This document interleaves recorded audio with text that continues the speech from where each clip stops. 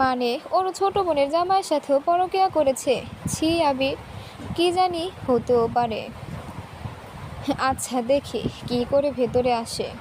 আবির, সেই লোকটা আমাদের সামনে দাঁড়ালো। তার নাম রাজু। কি দুলা ভাই কেমন আছে? কাকে বললে? আপনাকেই বলছি রানা সাহেব। কতবার আপনার বাসায় গেলাম, আপনার সাথে দেখা হয় নাই, তবে ওরও আপনার সাথে ভালো করে দেখা হলো বিছানার ওপর। রাজু, ওইসবের ফল পাবে, এখন টেনশন করার দরকার নেই। আবির, 10 লাখ টাকার যে মামলা করেছেন, এই নেন টাকা আর মামলা তুলে দেন। আমরা উড়ে চলে যাই বিদেশ, তা না হলে আপনাদেরই ওপরে পাঠিয়ে দেব। রাজু। আবির টাকার ব্যাগটা হাতে নিল, মেয়েকেও টাকা নিয়ে থানা থেকে বের হয়ে গেল। আমি রাজুকে নিয়ে ভেতরে গেলাম অফিসারের কাছে। আমার সাথে রাজুকে দেখে পুলিশ। কাকে নিয়ে আসলেন রানা সাহেব? এই হচ্ছে সব খুনের আসামি, ল্যাপটপ ওর কাছে আছে, প্রমাণ ছাড়া কিছু হয় না। আমি ওর সাথে দেখা করতে আসছি। রাজু, ঠিকই বলেছে সে। পুলিশ। সোজা থানা থেকে বের হয়ে আবিরের কাছে আসলাম। থানার থেকে একটু দূরে রাস্তার পাশের চায়ের দোকানে বসলাম, চা খাচ্ছি মেয়েকে কুলে নিয়ে। রানা, এই টাকা দিয়ে কি হবে? আবির, যে মেয়েগুলো মারা গেছে বা খুন হয়েছে তাদের দিব, আর কালো আদালত রায় দিয়ে দিলেও 10 লাখ টাকা পাবো। সবগুলোই অসহায় মানুষগুলোকে দিব। তাদের পাবো কোথায়? আমরা সেই সাইটে গিয়ে ভিডিওগুলো দেখে দেখে আইডি কার্ডের সাথে ফেস স্ক্যানিং করে বের করব। আমি, বুঝলাম। তাহলে এখনই আমরা বাসায় গিয়ে মানুষগুলোর পরিচয় বের করতে হবে। বাসায় ফিরে সবাই ফ্রেশ হয়ে দুপুরে খাবার খেয়ে নিলাম। মেয়েটা ঘুমাচ্ছে আর আমরা দু বন্ধু বসলাম ল্যাপটপ নিয়ে। ফ্রন্ট সাইডে ঢুকলাম দুজন, একটা একটা করে ভিডিও দেখছি আর মেয়েগুলোর চেহারা স্ক্রিনশট দিয়ে আলাদা আলাদা করছি। ভালো করে সব ছবি নিয়ে নির্বাচনের অফিসের সাইডে গেলাম। সেখানে আইডি কার্ডের সাথে মিলাতে চেষ্টা করতেছি। 10টা মেয়ের আইডির পরিচয় পাওয়া গেছে। সন্ধ্যা নাগাদ আমরা এই সব বের করে চললাম সেই সব মেয়ের ঠিকানায়। শহরে খুঁজে 5 জনের পরিবার পেলাম। সবার পরিবারকে জানতে চাইলে বলে কেন হত্যা করেছে কেউ জানে না। ওইসব পরিবার নানানভাবে অসহায় হয়ে গেছে। 2 লাখ করে সবাইকে 10 লাখ দিয়ে আসলাম টাকা। প্রমাণ করতে পারলে হয়তো সব খুনের সাজা দিতাম। বাসায় ফিরেই সবাই ক্লান্ত। তোর বোনও মারা গেছে, তুইও পারলে মামলা করে তাদের আটকাতে পারবি। এসব করলে আমার পরিবার নামে পুরো দেশ হয়ে যাবে। আমার বোনের নামে খারাপ কথা লেখা হবে পত্রিকায়। কি করব আর? আচ্ছা, রিপা নামের মেয়ের মাকে নিয়ে সকালে আদালতে যাব। আর আমি উকিলকে বলে দিয়েছি কালকে সরকারের হয়ে, মানে আমাদের পক্ষের হয়ে আমার বন্ধুই লড়বে। আবির, আচ্ছা ঠিক আছে, একটা কথা বলবি? আরও কি আমরা মনে হয় খুনি প্রমাণ করতে পারবো না, তাই বলি কি আমরাই খুন করে দে। এটা কি বলিস? আমি তাকে ভালোবাসি। এত ভালোবাসা যখন। রাজু বলল, দেখলে তুমি অফিসে যাও আর সে আরেকবারের সাথে সময় কাটায়। ভাগ্যিস আমি দেখি নাই, তা না হলে রাজুকে খুন করতাম। আবির, থাক, মাথা ঠান্ডা কর, ঘুমা, রাত হয়ে গেল অনেক। সবাই শুয়ে পড়লাম রাতে। আবির সাহেব আজ 2 দিন হলো একটু বেশি মনমরা। কেন জানি মনে হচ্ছে কিছু নিয়ে চিন্তায় আছে। আমি ভাবছি কালকে কি করে খুনিকে সামনে আনা যায়। কোনো প্রমাণ নেই, সবগুলো মেয়ের জীবন শেষ করে দিল। মেয়েগুলো কত স্বপ্ন হয়তো বুনেছিল, তাদের সব স্বপ্নই রয়ে গেল। ওর জন্য কত কি করলাম, কত ভালো ছিল মেয়েটা। হঠাৎ আমাদের জীবন কি হলো? সব কিছুর হিসাব মেলাতে চাইলাম, পারতেছি না। আবির আমার পাশেই আজকে শুয়ে আছে। রাত হয়ে গেল প্রায় 12টার কাছাকাছি।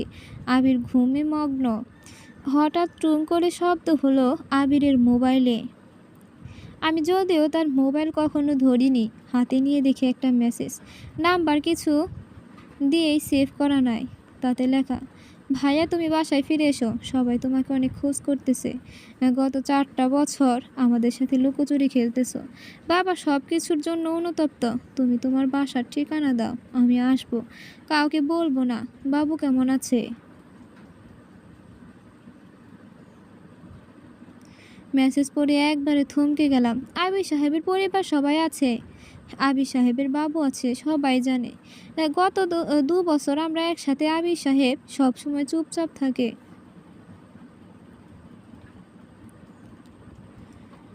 আমার বাসার আমরা আসার আগেই ভাবি নাকি চলে গেছে। তার পরিবার তাকে দেখে না 4 বছর। অথচ আমাকে বলল তার বাবা মা মারা গেছে। মায়ের কথা বা পরিবারের কথা কখনো বলেনি। আমিও চুপচাপ ঠিকানা লিখে দিলাম আর বলে দেই যেন আবিরকে না বলে আমার কাছে সোজা আসতে। আমি তার বন্ধু।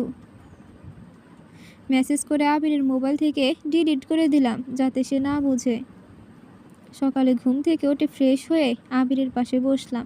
নাস্তা করতেছি আর কথা বলতেছি। আবির সাহেব, আপনার পরিবার কোথায়? আমার কেউ নেই। 4 বছর আগে সবাই মারা গেছে গাড়ি দুর্ঘটনায়। আচ্ছা, আপনি এই শহরে থাকতেন নাকি বাহির থেকে আসছেন? কী ব্যাপার, আজকে দেখি আমার উপর প্রশ্ন করতেছেন বেশি। এমনিই বল না। আরে বললাম তো দোস্ত, কেউ নাই দুনিয়ায় তুই ছাড়া এখন। আচ্ছা ঠিক আছে। মনে মনে ভাবতেছি কোনো না কোনো রহস্য আছে এর পেছনে। আবির সাহেব আমার জন্য এত কিছু করে, তার পরিবার নিয়ে কেন মিথ্যা বলে? তাকে বেশি প্রশ্ন করলে বুঝে যাব। দেখি তার বোন আসে কিনা। 10টার কাছাকাছি থানা থেকে বলে দিল যে ওরুকে নিয়ে আদালতে যাচ্ছে। আমাদের যেতে তাড়াতাড়ি আদালতে। আবির একটু আগে বের হয়ে গেছে। রিপার মাকে নিয়ে যাবে আদালতে। আমি নিজেও রেডি হয়ে বের হয়ে গেলাম মেয়েকে নিয়ে।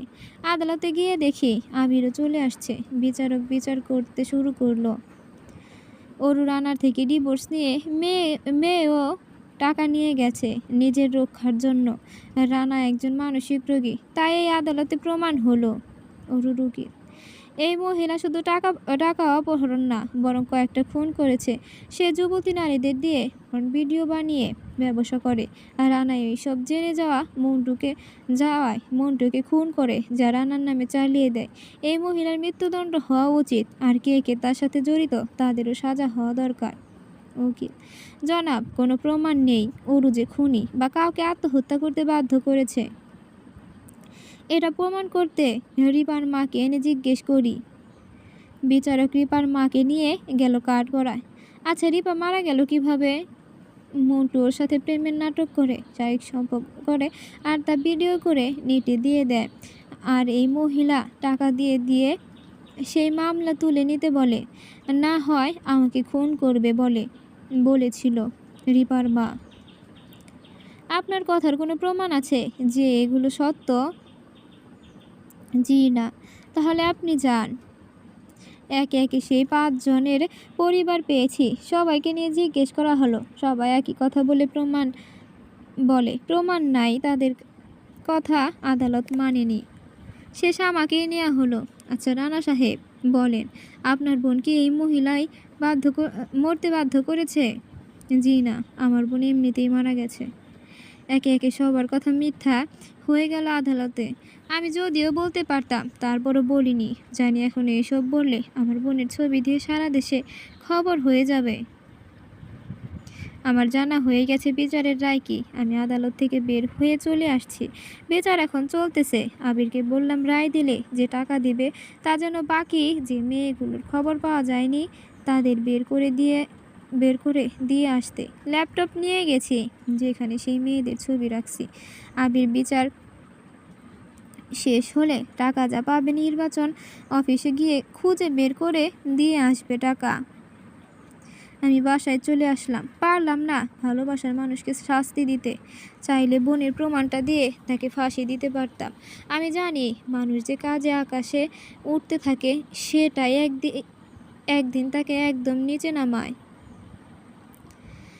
একবার ভাবি তাকে শাস্তি দেব, আবার পরে ভাবনা পাল্টে আসে তাকে শাস্তি দেব কি করে, তাকে ভালোবাসি। বাসায় ফিরে অনেকক্ষণ বসে বসে কান্না করলাম। এই মেয়েটার কি হবে? কয়দিন থাকবে ভালো? যাক, আল্লাহ হয়ে শাস্তি দিবে তাকে। একদিন তাদের প্রমাণ করব তারা দোষী। আমার বোনের সম্মান বাঁচাতে আজ তাদের বাঁচালাম। একদিন প্রমাণটা থাকবে আমার হাতে। বিকাল ৩টা বেজে গেছে। এতক্ষণে হয়তো বিচার শেষ। আবির হয়তো সেই সব মেয়েদের পরিবারকে খুঁজতে গেছে। মেয়েটাকে গোসল করিয়ে খাইয়ে ঘুম পাড়িয়ে দিলাম। চায়ের কাপ নিয়ে বসলাম সোফায়। কয়েকবার আবিরকে কল দিলাম, ফোন বন্ধ। হঠাৎ দরজার বেল বেজে উঠল। আমি দরজা খুলে দেখেই তাকিয়ে রইলাম। একটা মেয়ে এত সুন্দর হতে পারে, যেমন চোখ তেমন চাহনি, এক নিমিষে প্রেমে পড়ে যাওয়ার মতোই। যদিও প্রেমে পড়তে বাধা, বিশ্বাস নিয়ে আমি তার দিক থেকে চোখ ফিরিয়ে জি বলেন। আমি মাইশা, গতকাল রানা সাহেব যে ঠিকানা দিল, আবিরের বোন আমি। আমতা আমতা করে বলল, জি আমি রানা, আসেন ভেতরে। বাসায় আর কেউ নাই? সমস্যা নাই, নির্ভয়ে আসেন, আমি আপনার ভাইয়ের বন্ধু। মাইশাকে ভেতরে নিয়ে বসলাম। একটু ভয়ের ছাপ দেখতেছি তার মুখে। অপরিচিত মানুষের বাসায় এসে মনে এমন যা তার সুন্দর চেহারায় দেখা যাচ্ছে। কি খাবেন? চা নাস্তা কি? কিছু না, আমি এয়ারপোর্ট থেকে বের হয়ে খেয়ে আসছি। আমি তারপর 2 কাপ কফি নিয়ে আসলাম। দুজনে মুখোমুখি বসে আছি সোফায়। তাকে বলতেছি চিন্তামুক্ত হয়ে বসতে। আচ্ছা, আবির বাসা ছেড়ে এখানে, আর আপনারা কোথায় থাকেন? আমরা সিলেট থাকি সবাই। বাবার ব্যবসা আছে দেশের বাহিরেও দেশে। আবির কি করলো এমন যে বাড়ি ছেড়ে দিয়েছে? ভাইয়া একটা মেয়ের সাথে প্রেম করত, তাকে বিয়ে করতে চাইছে। বাবা রাজি হয় নাই। তাকে জোর করে বাবার বন্ধুর মেয়েকে বিয়ে করায়। তখন বাসর রাতেই বউ রেখে বাড়ি ছেড়ে দেয়। রাগে কষ্টে যায় প্রেমিকার কাছে। প্রেমিকার বাসায় গিয়ে দেখে সে আরেকজনের সাথে কথা বলে, যে কিনা ভাইয়ার বন্ধু ছিল ভালো। ভাইয়া সেই প্রেমিকাকে খুন করে ফেলে রাগের মাথায়। পরে ঢাকায় চলে আসে বউ নিয়ে, যাকে বাবা জোর করে বিয়ে করায়। বিয়ের পরই কয়েক বছর কেটে যায়। একদিন ভাবি বলে সে মা হবে। তারপর ঢাকায় আমরা সবাই তার ঠিকানায় যাই। আর ভাবির সাথে কথা হয়নি। সেই খুনের দোষে ভাইয়াকে পুলিশ খোঁজে, পায়নি। বাবা টাকা দিয়ে সব লুকিয়ে ফেলে, মানে খুন থেকে বাঁচিয়ে দেয়। যদিও বাড়ি ছাড়ার পর তাদের দেখি নাই আর, শুনেছি শুধু। ঢাকায় অনেক খুঁজেও পাইনি। সব সময় কথাই হয়, আমার সাথে পরিবারের কারো সাথে কথা বলেনি আর। তারপর ভাইয়াকে যতই জিজ্ঞেস করি বলে ঢাকায় আছে। বাবাও রাগ করে ভাইয়ার ওপর। কিন্তু গতকালই জানলাম আপনার থেকে ভাইয়া এই চট্টগ্রামে থাকে। বাকি আর কিছুই জানি না। ভাইয়া কলেজ জীবনে একজনকে খুন করে, টাকা দিয়ে বাবা বারবার বাঁচায়। যদিও সবগুলো ভাইয়ার বিশ্বাস নিয়ে খেলে মেয়েরা। তাহলে এখানে যে বউ নিয়ে থাকতো বলল, সেটাই পরিবার বিয়ে করায়, যে চলে গেছে আরেকজনকে নিয়ে। মানে তোমার ভাইয়ের কোনো বউ নাই, সে চলে গেছে 3 বছর আগে অন্যজনের সাথে, তোমার বাবার বন্ধুর মেয়ে। ভাইয়া কখনো বলেনি এটা। বলেছে সবাই সুখে আছে, একটা মেয়ে আছে তার 2 বছর বয়সী। ততক্ষণে আমার মেয়েটা জেগে আছে। আমি কোলে করে এনে বসলাম। আরে এইটাই তো ভাইয়ার মেয়ে, যার ছবি আমায় দিছে। আমিও আর বলি নাই কিছু, যে এটা আমার মেয়ে। মাইশা আমার মেয়ে জান্নাতকে কোলে নিয়ে আদর করতেছে, যেন দুনিয়ার সবচেয়ে বড় সম্পদ পেল। আমিও এক মুহূর্তে স্বপ্ন দেখে ফেললাম, যদি মাইশা আমার বউ হতো তাহলে এভাবেই আদর করবে মেয়েকে। ভাইয়া কোথায়? সে একটা কাজে এক জায়গায় গেছে, চলে আসবে রাতেই। আমি পাঠিয়েছি। মাইশা মেয়েকে নিজের মতো করে আদর করতেছে। আমার থেকে জানতে চাইছে দুধ কোথায়, রান্নাঘর কোথায়। মেয়েকে খাওয়ানোর জন্য তাকে সুন্দর করে যত্ন করতেছে। আমি অবাক হয়ে তাকিয়ে রইলাম মাইশার দিকে। মেয়েটাকে আমার কোলে দিয়ে মাইশা গেল রাতের খাবার বানাতে। সন্ধ্যা হয়ে গেল, আবিরের মোবাইল এখনো বন্ধ। আমি টিভি অন করে বসলাম। টিভিতে দেখে আমি কি করব বুঝতে পারতেছি না। হেডলাইন এটা, আবিরের ছবি দিয়ে দিয়ে যে বন্ধুর বউ পরকীয়া করে বলে বন্ধু সেই মহিলাকে ছুরি দিয়ে আঘাত করেছে আদালতের ভেতরে। সেই মহিলা এখন হাসপাতালে চিকিৎসাধীন। তখনই মা এসে আসলো দুধ গরম করে আর টিভির দিকে তাকিয়ে, ভাইয়া আবার খুনি হলো, সে কি এমনই রাগী আর স্বভাবে থাকবে? চিন্তা করার দরকার নেই, খুন হয় নাই, আঘাত করেছিল, বেঁচে গেছে মেয়েটা। মেয়েটা সুস্থ হলেই আবির ছাড়া পাবে, মরে গেলে হয়তো সমস্যা হবে, সপ্তাহখানিক লাগবে বের হতে। আমি তাকিয়ে দেখি টপ টপ করে পানি পড়ছে মাইশার চোখ দিয়ে, আর বিড়বিড় করে বলছে, এত বছর পর ভাইয়ের কাছে আসলাম, অথচ জড়িয়ে ধরতে পারলাম না, দূর থেকেই দেখতে হবে। আমি মাইশাকে সান্ত্বনা দিচ্ছি, সকালেই যাব জেলে, এখন দেখা করার সুযোগ নাই। মাইশার হাসি মুখ রাতেই দেখলাম কেমন চিন্তার ছাপ নিয়ে সময় কাটায়। রাতে খাবার খেয়ে আমি ল্যাপটপ নিয়ে বসলাম। আমার এখন থানা পুলিশ নিয়ে চিন্তা হয় না, এইসব এই কয়েকদিনে ডাল ভাতের মতো মনে হয়ে গেছে। মাইশা জান্নাতকে নিয়ে আরেকটা রুমে শুয়ে থাকলো, আমি আমার রুমেই বসে বসে ল্যাপটপ টিপছি। আমি কল দিলাম উকিল সাহেবকে। রানা সাহেব, কি খবর? উকিল, আরে বন্ধু, আমাদের জীবন কেমন তা ভালো করেই জানেন, টেনশন করার দরকার নাই, আবিরকে বের করে দিব বিকেলে। কতদিন লাগবে? ওর সুস্থ হওয়া পর্যন্ত, সে ভালো হলেই আবির বের হয়ে যাবে। কি করলো আদালতে আবির? অরুণ নামে আমরা শুধু 10 লাখ টাকার কেস জিতে গেছি, বাকি খুনের প্রমাণ করতে পারিনি। এখন যখন রায় দিয়ে অরুকে মুক্তি করে দেয়, তখনই আবির মানুষের ভিড়ে ছুরি দিয়ে আঘাত করে অরুকে। অরুর হাতের কাছাকাছি বুকের উপরে ছুরির আঘাত লাগে, বেশি ক্ষতি হয়নি, আর আঘাত করার আগেই পুলিশ আবিরকে ধরে ফেলে। এখন যদিও কেউ অরুকে মেরে ফেলে, আবির জেলে কাটাতে হবে বাকি জীবন। এখন যদিও কেউ অরুকে মেরে ফেলে, আবিরকে জেলে কাটাতে হবে বাকি জীবন। দোয়া করেন অরু তাড়াতাড়ি ভালো হয়ে আবিরকে মুক্তি করুক। আচ্ছা ঠিক আছে, আমি সকালে যাব তার সাথে দেখা করতে। কথা বলে মোবাইল রেখে দিলাম। আস্তে আস্তে গেলাম মাইশার রুমে, দেখে এখনো মন খারাপ করে বসে আছে। আমি পুরো বাসার আলো জ্বালিয়ে দিলাম। মাইশা একটু ভয় পেল। পুরো ফ্ল্যাটের ভেতর আমরা দুজন, উপরের তালাও খালি, মানুষ শুধু নিচের তলায়। আমি মাইশাকে ডাক দিলাম, সেও ভয়ে ভয়ে জবাব দিল। তাকে বললাম, চলেন ছাদে গিয়ে বসি। মাইশাও আমার সাথে চলল ছাদে। জান্নাত ঘুমাচ্ছে। আমি ছাদে যাওয়ার সময় সিগারেটের প্যাকেটও নিলাম। ছাদে গিয়েই দুজন বসলাম চাঁদের আলোতে। মাইশা হয়তো এখনও আমার প্রতি বিশ্বাস নাই যে আমি কেমন হতে পারি, ভালো না খারাপ।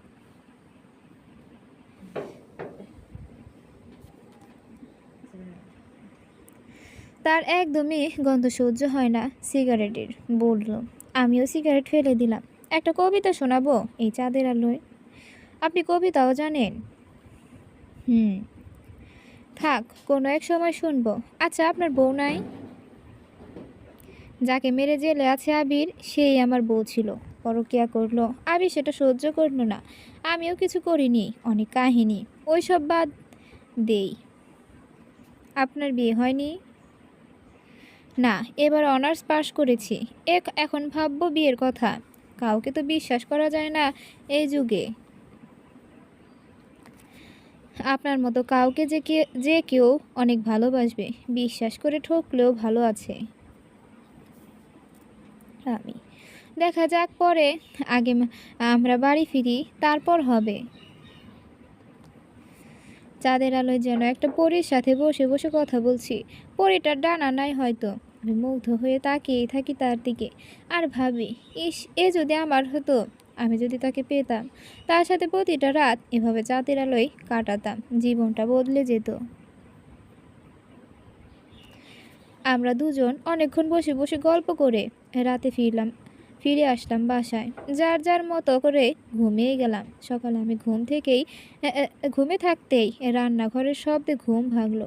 আমি উঠে গিয়ে দেখি মাইশা সকালের নাস্তা বানাচ্ছে।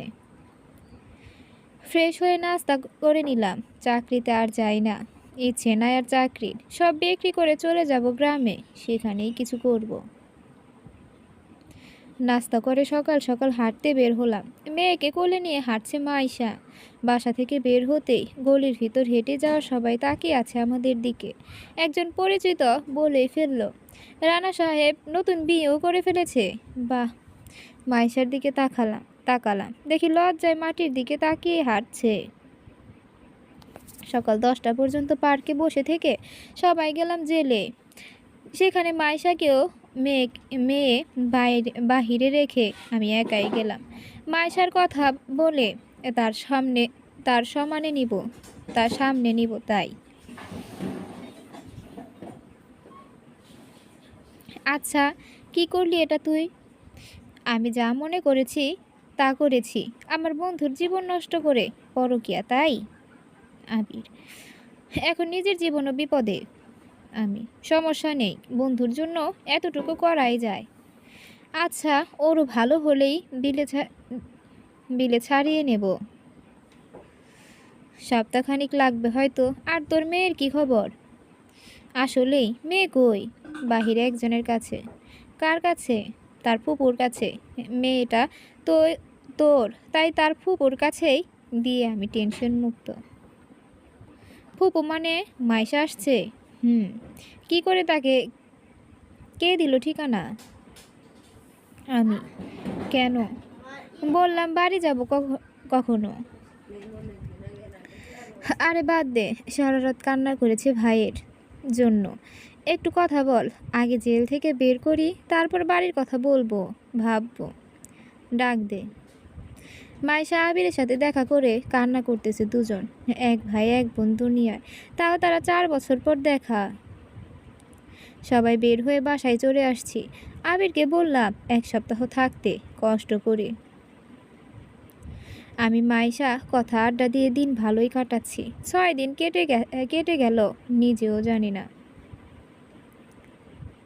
ওরু ভালো হয়েই হাসপাতাল থেকেই এয়ারপোর্ট চলে গেছে। রাজুর সাথে চলে গেল দেশের বাহিরে। আমাকে একটা মেসেজ করে বলল, তোমরা কিছুই করতে পারোনি, চলে যাচ্ছি দেশের বাহিরে।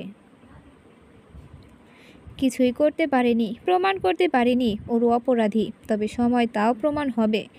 আবিরকে বিলে ছাড়িয়ে নিয়ে আসলাম 6 দিন পরই। আদালত তাকে 2 লাখ টাকা জরিমানা বা 3 মাসের জেল দিয়েছে। তাই বিলে বের করলাম। সবাই বাসায় ফিরে আনন্দে আত্মহারা। সন্ধ্যা নাগাদ সবাই সাথে থাকলেও রাতে 2 বন্ধু চলে গেলাম ছাদে সিগারেট খেতে। আসলে রানা একটা কথা বলা হয়নি। কি কথা আবির? আমি মন্টুকে খুন করেছি, কেউ জানে না। কি বলস আবুল তাবুল? হ্যাঁ দোস্ত, তোকে বাঁচাতে এটা করতে হলো। আমি ভাবছি যদি পরকীয়া হয়, মন্টুকে মেরে দিলে ভাবি ভালো হয়ে যাবে। সেদিন আমি তোর পিছনে গিয়েছি, তুই বের হওয়ার অনেক পরে আমিও গেছি মন্টুর বাসায়। গিয়ে দেখি তার বুকে ছুরি বসানো। সে বেঁচে আছে, তার মোবাইল খোঁজ করতেছে কাউকে কল দিতে। আমি তার মাথায় একটা লাঠি দিয়ে আঘাত করি, তারপর সেই ছুরিটা দিয়ে। আর সেই পেন ড্রাইভ টেবিলের ওপর দেখে ভাবলাম তুই রেখেছিস কোনো প্রমাণ করতে। আমি সেটার আঙুলের ছাপ মুছে দেই। মন্টুকে মেরে ছুরি নিয়ে আসি। ভাবছি তুই হয়তো তাকে ছুরি দিয়ে আঘাত করলি। যদি জানতাম তুই না, তাহলে মন্টুকে হাসপাতাল নিয়ে ওরুকে সাজা দিতে পারতাম। সরি দোস্ত, আমি পারলাম না কিছু করতে। তুই আমার জন্য এত কিছু করলি। কিছুই করি নাই। বন্ধুর বিশ্বাসটা রাখলে জীবনটাও দিয়ে দেব। এমন একটা ওরু গেলে কিছুই হবে না। এর চেয়ে 1000 গুণ ভালো মেয়ে তোকে আমি এনে দেব। দরকার নাই বিয়ের। আর হ্যাঁ, তোর মেয়েটাই আমার মেয়ে। সবাইকে বলছি আমার বউ যখন চলে গেছে আরেকজন নিয়ে, কেউ জানে না। সবাই জানে প্রথম সন্তান হয়ে মারা গেছে। 2টার বয়স 2 বছর। আর একটা জন্ম দিতে গিয়ে বউ মারা গেছে। আমি তো মাইশাকে বলে দিছি সে পরকীয়া করে চলে গেছে। যে আসলে পরকীয়া করে যখন আমার বাচ্চাটা অ্যাবর্শন করে ফেলেছে সে, তখনই তাকে গলাটা কেটে ফেলি সেই প্রেমিকের ঘরে। তার খুনের সাজা সেই প্রেমিক আজও জেলে পরকীয়ার শাস্তি পাচ্ছে। তাহলে তুই এসব আগে বললি না কেন? আমি বলতে চাইনি এ জীবনে কত বিশ্বাস করে ঠকেছি, বন্ধু সুখ দেখতে চেয়েছি শুধু, তাই বলিনি যদি আমাকে নিয়ে টেনশন করিস। আমি আর কিছু বলিনি, চুপচাপ বসে বসে সিগারেট টানছি দুজন, মনে মনে ভাবছি এমন বন্ধু হলে জীবনে কিছুই লাগে না। সকালে ঘুম থেকে উঠেই নাস্তা রেডি করে আমাদের ডাক দিল মাইশা। এই কয়েকদিনে মেয়েটা একেবারে নিজের ঘরের মতো করে গুছিয়ে ফেলেছে সব। সবাই বসলাম নাস্তা করতে। দুপুর সাড়ে 12টার ফ্লাইটে আমরা সবাই সিলেট যাচ্ছি। টিকিট বুকিং করে দিয়েছি রাতেই। সবার মানে তোরও। আমি কেন যাব? আমি আপনাকে বাড়িতে সবাইকে দেখাতে চাই তাই। আর ভাই আর বন্ধু, তাই না যাওয়ার কারণ নাই। আরে চুপ কর মাইশা, আমি যা বলি তা রানা যাবেই, টেনশন করার দরকার নাই। চাকরির কি হবে? আমি চাকরি করি না সেটা আবির জানে না। আরে চাকরি বাদ দে, 2 টাকার চাকরি, আবার আমরা ব্যবসা করব 2 বন্ধু মিলে। টাকা আমার যা আছে তা সবাই বসে বসে খেতে পারবো সারা জীবন। বাবার একমাত্র ছেলে আমি, সবই আমারও অর্ধেক টেনশন করিয়েন না মাইশা। আমি আর কিছু বললাম না, নাস্তা করে ব্যাগ গুছিয়ে নিলাম। জান্নাতের কিছু কাপড় নিল মাইশাকে আবির বলেছে যে তার বউ যে চলে গেছে তা যেন কাউকে না বলে, সবাই জানে যে মরে গেছে। আর আমি জানি কি হয়েছে। 12:30টার দিকে চট্টগ্রাম এয়ারপোর্ট থেকে রওনা দিলাম সিলেটের দিকে। 30 মিনিটে চলে আসছি। এয়ারপোর্টে গাড়ি পাঠিয়ে দিয়েছে আবিরের পরিবার। বাসায় যেতেই আবিরের মেয়ে মনে করে সবাই আবিরের মেয়ে মেনে সবাই নানার ফুল উপহার দিয়েই কোলে নিচ্ছে আর আদর করছে। তাদের বাড়িটা একটা রাজপ্রাসাদের মতোই, ঘরের সামগ্রীগুলো অনেক দামি জিনিস দিয়ে ভরা। যা বুঝলাম তাদের কোটি কোটি টাকার আয় আছে। আর আবির কিনা একটা ছোট ফ্ল্যাটে থাকে, বাড়ি থাকে দূরে। আমাদের দুপুরের খাবার খেয়ে সবার সাথে পরিচয় হয়ে গেছে। খাবার খেয়ে আমি মাইশাকে না দেখে মনে মনে খোঁজ করতেছি। আবিরকে জিজ্ঞেস করলাম, সে বলল মাইশা তার পাখিদের খাবার দিচ্ছে। আমার মেয়েকে আবিরের মাই করে নিয়ে রেখে খাওয়াচ্ছে। মেয়েটা এদিক ভালোই, সবার কাছেই থাকে, কান্না করে না। আবির আমাকে ছাদের সিঁড়ি দেখিয়ে দিল। আমি সোজা চলে গেলাম ছাদে। গিয়ে দেখি নানান প্রজাতির পাখি পোষে মাইশা, সবগুলো মাইশার মতোই সুন্দর। মাইশা দাঁড়িয়ে আছে সব পাখি তার মায়ের কাছে এসে খাবার খাচ্ছে। আমাকে দেখেই ডাক দিল পাখির ঘরের ভিতরে যেতে। আমিও গেলাম। দেখছি পাখিগুলোকে। আমাকে খুঁজতেছেন নাকি? না। তাহলে এই ভর দুপুরে ছাদে? আসলে আপনাকেই দেখতেছি না, তাই দেখতে আসছি। জানি তো আপনিও যে আসবেন, তাই তো ছাদে আসার আগে ভাইয়াকে বললাম আমাকে খুঁজলে কেউ যেন ছাদে আসতে বলে। কি করে বুঝলেন কেউ খুঁজবে? যাকে বিশ্বাস করা যায়, ভরসা করা যায়, তার মুখ দেখলে সব বোঝা যায়। মানে? আপনি কখন যে আমাকে ভালোবেসে ফেলেছেন আপনি নিজেও জানেন না। আমি জানি, কারণ আমিও যে আপনাকে ভালোবেসে ফেলেছি। বিশ্বাস আছে আপনার উপর বেশি। যে মানুষ একটা ফ্ল্যাটে একা পেয়েও সুযোগ নেয় না মেয়ের উপর, তাকে বিশ্বাস করা যা চোখ বুঝে। যদি নিতাম কি করতেন? খুন করতাম। আর কি, আমার ভাই যদি পারে আমি পারবো না কেন? আমিও বিশ্বাসেও দরজা পেয়ে গেছি। কোনো ভুল মানুষকে ভালোবেসেনি মনে হচ্ছে। আচ্ছা, দেখা যাবে। আমি ছাদ থেকে নেমে চলে আসলাম। মাইশা আমাকে ভালোবাসবে ভাবতেই পারছি না। ছাদ থেকে নামার সময় দেখি আবির দাঁড়িয়ে নিচে। আমাকে দেখেই বলে, মাইশাকে পেয়েছিস? আমিও হ্যাঁ সূচক উত্তর দিয়ে আমাকে দেখিয়ে দেওয়া রুমে এসে বিছানায় হেলান দিলাম। ততক্ষণে আবির জান্নাতকে নিয়ে আসলো আমার কাছে। মেয়েকে একটু কোলে নিয়ে আদর করতেছি। তখনই আবিরের মা এসে বলে, রানা, তুমি মেয়েকে দিয়ে একটু আমাদের বাগান বাড়িটাও ঘুরে আসো। আন্টি, আমি তো চিনি না, আর কার সাথে যাব? মায়েশা বলল সে যাচ্ছে, আর তোমাকে বলতে সেই বলল, যাও দেখে আসো। আমিও মাইশার কথা শুনে যাব বলে রুম থেকে বের হলাম। আবির সামনে এসে, বিশ্বাস নিয়ে খেলিস না কখনো, তা না হলে বন্ধুর ভালোবাসাটা দেখাবো, যেটা দেখায় নাই। আমিও কিছু বললাম না। আমি বুঝতেই পারছি আবির কি বোঝাতে চাইলো। মাইশাকে নিয়ে বাড়ি থেকে বের হয়ে হাঁটতে থাকলাম। রাস্তার পাশ দিয়ে গ্রামের রাস্তা, হাঁটার মজাই আলাদা। বাগান বাড়ি অনেক সুন্দর করে বানানো, চারদিকে গাছগাছালি, ছোট ছোট কয়েকটা ঘর আছে।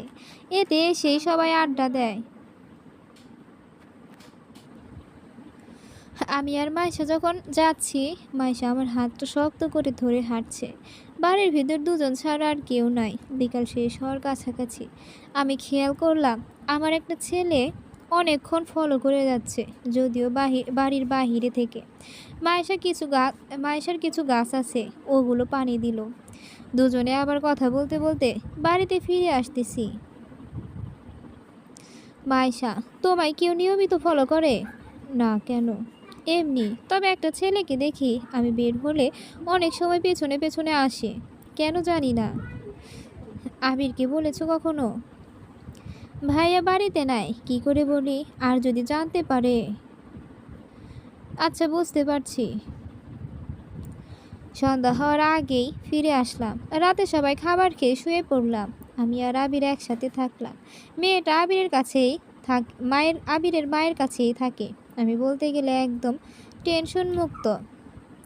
সকালে ঘুম থেকে উঠে দু বন্ধু হাঁটতে বের হলাম। শীতের সকাল, চারদিকে অন্ধকারের মতো কুয়াশা। আমরা গল্প করতেছি আর হাঁটতেছি। আচ্ছা আবির, কেউ যদি তোর বোনকে বিরক্ত করে কি করবি? কি করব কেন বলতো? এমনি বললাম, মনে কর আমি যদি কিছু করি, তাহলে আর কি করব? বোন রাজি থাকলে বিয়ে দিয়ে দেব। তুই আমার বন্ধু, আর তোকে ভালো করে চিনি আমি। তোর প্রতি বিশ্বাস আছে, খারাপ কিছু করবি না যে। অন্য কেউ যদি বিরক্ত করে, তাহলে দেখবো কি সে? কাউকে এমন দেখছস করতে? গতকাল বিকেলে দেখলাম একটা ছেলে আমাকে আর মাইশাকে ফলো করে। আচ্ছা, আজকে বিকালে তুই মাইশাকে নিয়ে বের হইস, আমি দেখব পেছনে গিয়ে কে বিরক্ত করে। আচ্ছা। দুজন ঘুরে ফিরে বাসায় আসছি 10টার দিকে। এসে নাস্তা করলাম মাইশার সাথে, যদিও বেশি কথা হয়নি, চোখে চোখে অনেক কথা হয়েছে। নাস্তা করে আসি, বসে আছি, তখন একটা সুন্দর রূপসী মেয়ে আসলো। আমি মাইশাকে ইশারা করে বললাম, কে? মাইশা ওই মেয়ের সাথে কথা বলে। আরে খালাতো বোন, এসো। ভাইয়ার কথা শুনে আসলি বুঝি? আমি বুঝলাম মাইশার খালাতো বোন আর আবিরকে ওই মেয়ে পছন্দ করে।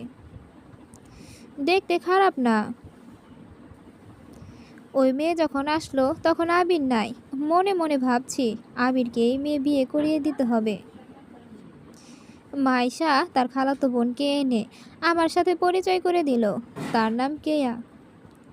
বিকেলে আমি মাইশা কেয়া বের হলাম বাড়ি থেকে, যাচ্ছি বাগান বাড়িটাতে। আমি সাথে যাবি নাকি? সে আসেনি। তিনজন কথা বলতে বলতে চলে গেলাম বাড়িতে। তাদের দু বোনকে কথায় ব্যস্ত রেখে বের হলাম বাহিরে। দেখি দূরে আবির সে ছেলেটাকে দাঁড় করিয়ে রাখছে। আমি জানি আবির মাথা একটু গরম, দৌড়ে গেলাম কাছে। এই, তুমি কি মাইশাকে ফলো করো? জি ভাইয়া, মানে তুই কি? আবির ছেড়ে দে, বুঝে না, ছোট মানুষ। আবির আমার কথা মতো ছেড়ে দিল। সবাই একসাথেই বাসায় ফিরলাম। জান্নাতকে করে নিয়ে একটু আদর করছি। দেখি আবিরের মায়ের রুমে আবির যাচ্ছে। আমিও কান পেতে শুনতে চাইলাম কি বলে। মা, মায়েশা বড় হলো, বিয়ে দেওয়া দরকার। আগে তোকে বিয়ে করাই, তারপর। আমি বিয়ে করতে চাই না, বিশ্বাস করি না কাউকে। আচ্ছা, কেয়াকে কেমন লাগে? কেন? তোকে বিয়ে করাবো। কেয়াকে? আমি যা বলতে আসছি, মাইশাকে বিয়ে দিতে হবে না। ভালো ছেলে হলে দিব। আমি কি বলি রানার কাছে দিয়ে দিই, সবার সাথে থাকবো, সবাই সাথে থাকবো। রানা অনেক ভালো ছেলে, আমার বন্ধু ও। আমি চিনি আমার বোনের জন্য আমি কি খারাপ ছেলে খুঁজবো নাকি? মায়েশা কি বলে দেখা যাক, তারপর আগে কেয়াকে বিয়ে কর। আমি বিয়ে করতে চাই না। আবির তার মায়ের রুম থেকে বের হয়ে গেল। আমি বুঝলাম আবির এটাই চায়, আমি মাইশাকে বিয়ে করি। এমন বন্ধু পাওয়া যায় এখন, ভাবতেই কেমন লাগে। সন্ধ্যার পর ছাদে গেলাম সবাই, মাইশা, আমি, কেয়া, আবির, সবাই। আমি আর মাইশা ছাদের এক কোণায় দাঁড়িয়ে আবির আর কেয়াকে যেন কথা বলতে পারে এমন এমন দূরে দাঁড়িয়ে আছি। তারা হালকা হালকা কথা বলছে, আমি আর মাইশা এক পাশে দাঁড়িয়ে কথা বলছি। আবির যেহেতু জানে আমাদের ভেতর আমরা একে অপরকে পছন্দ করি, তাই বন্ধু টেনশন করে না। মাইশা, তুমি কি আমায় বিয়ে করবে? ভালোবাসি বিয়ে করতে। কেন এ কথা? মানে আবিরও চায় বিয়ে হোক তোমার আমার। তোমার মায়ের কাছে বলতে শুনেছি। আর চলো আগে কেয়ার আর আবিরের বিয়ে দিই, সবাই একসাথেই আনন্দে থাকবো। আমার মনে হয় ভাইয়া আপনার কথা ফেলবে না, আপনিই বুঝান। আচ্ছা দেখি, আমাদের তো বিয়ে হবেই ইনশাল্লাহ, বিশ্বাস রাখেন। আমি কখনো বিশ্বাস ভাঙবো না। তুমি পারবা আমি জানি। কিছুক্ষণ পর আর কথা না বলে সবাই চলে আসি। আবিরের বাবা দেশের বাইরে এখন। আর রাতে আমরা সবাই যার যার মতো ঘুমাচ্ছি। মাঝরাতে ঘুম ভেঙে দেখি আবির পাশে নাই আমার। আমি ভাবছি কোথায় যাবি, হয়তো ঘুম আসে না, ছাদে হাঁটাহাঁটি করে। সকালে ঘুম ভেঙে আমরা হাঁটতে বের হলাম। আবিরদের যে বাগান বাড়িটার কাছে দেখি পুলিশ ও মানুষের ভিড়। এগিয়ে গিয়ে দেখি সেই ছেলেটার রক্তাক্ত লাশ পড়ে আছে। আমার বুঝতে বাকি নাই কে এমন করেছে। আবির ও আমি সোজা বাসায় ফিরে আসলাম। এটা কি করলি? কি করলাম আবার? ছেলেটাকে যা হবার হয়েছে বাদ দে। নাস্তা করে সবাই যখন যার যার কাজে ব্যস্ত, তখন আবিরের মা আমাকে বলে আমি যেন আবিরকে বলে কেয়াকে বিয়েতে রাজি করাই। আমিও আন্টিকে বুঝিয়ে বললাম যে যে করে হোক আবিরকে বিয়ে করাবই। বিকালে চলে আসছে আবিরের বাপ বাড়িতে। আমাদের দেখে উনি অনেক খুশি। আমি আবিরকে অনেক বোঝালাম কেয়াকে বিয়ে করতে। আমার কথায় শেষ পর্যন্ত রাজি হলো কেয়াকে বিয়ে করতে। আমিও আবিরের মা ও বাপের কাছে বললাম যে আবির রাজি।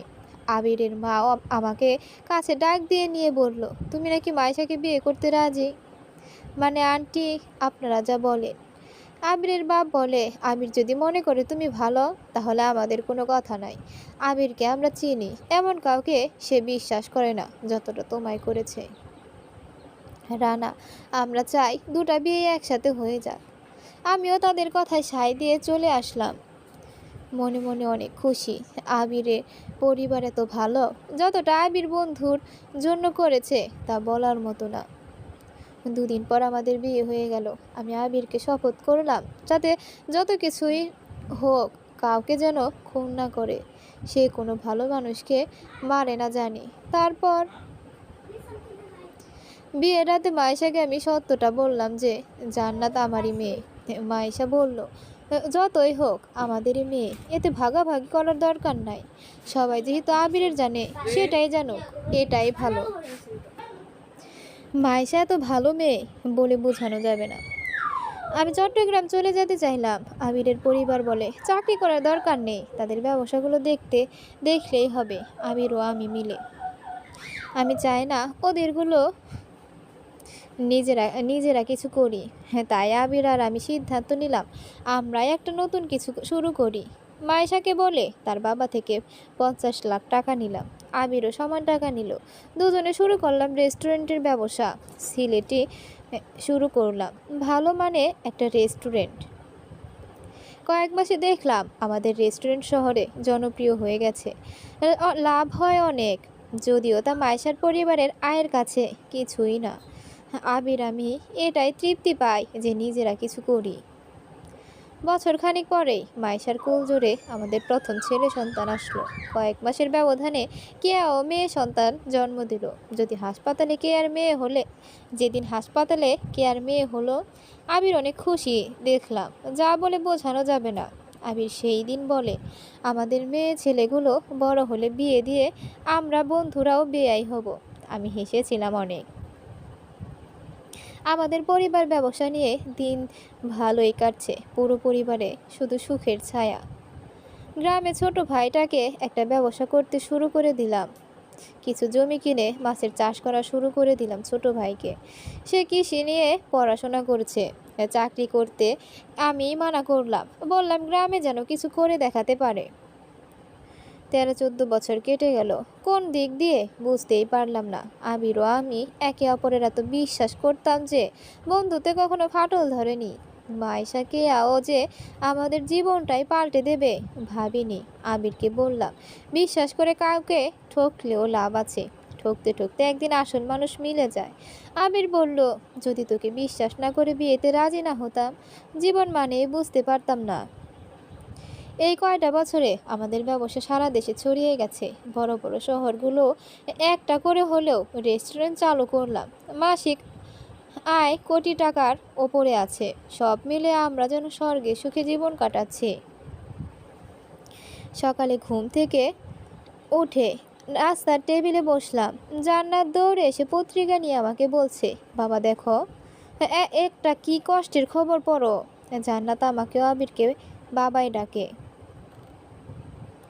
আমি পত্রিকা হাতে নিলাম, দেখি অরুর মৃত্যু ছবি দিয়ে লেখা, পরকীয়া করে স্বামী ছেড়ে প্রেমিকের হাত ধরে বিদেশ পাড়ি। 14 বছরের প্রেমিক স্ত্রীর মর্যাদা দেয়নি। এই 14 বছরে বিদেশে নানান লোকের সাথে শারীরিক সম্পর্ক করতে হলো প্রেমিকের কথায়। টাকা আয় করতো এভাবেই। স্ত্রীর মর্যাদা না পেয়ে এত বছর অপেক্ষা করেও তাই কষ্টে নিজের শরীরে নিজে আগুন দিয়ে দিল মহিলা।